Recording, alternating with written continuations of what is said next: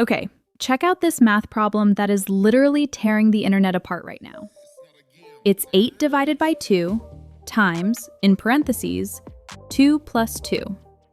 Looks like basic middle school stuff, right? But half the comments will tell you the answer is 1, and the other half will swear on their life it's 16. Even calculators get confused by this. Let's actually figure out who's right. The whole debate comes down to one tiny misunderstanding about PEMDAS, or BODMAS, depending on where you grew up.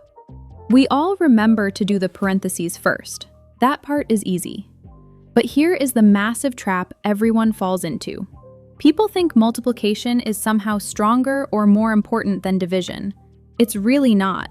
They are total equals. And when they tie, you just read the math from left to right, exactly like reading a book. All right, let's solve it. Step 1. Handle those parentheses. 2 plus 2 is obviously 4. So let's rewrite the problem so it looks a bit cleaner. Now we just have 8 divided by 2 times 4. Okay, look at what's left. Just division and multiplication.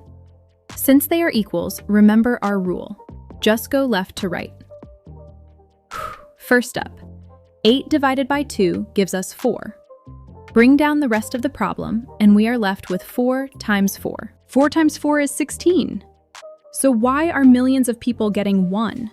Because their brain naturally tricks them into doing the 2 times 4 first. Doing that gives you 8 divided by 8, which is 1. But remember, doing that completely breaks the left to right rule. So the real mathematically correct answer is 16.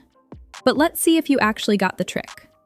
What if the problem was 6 divided by 2 times, in parentheses, 1 plus 2?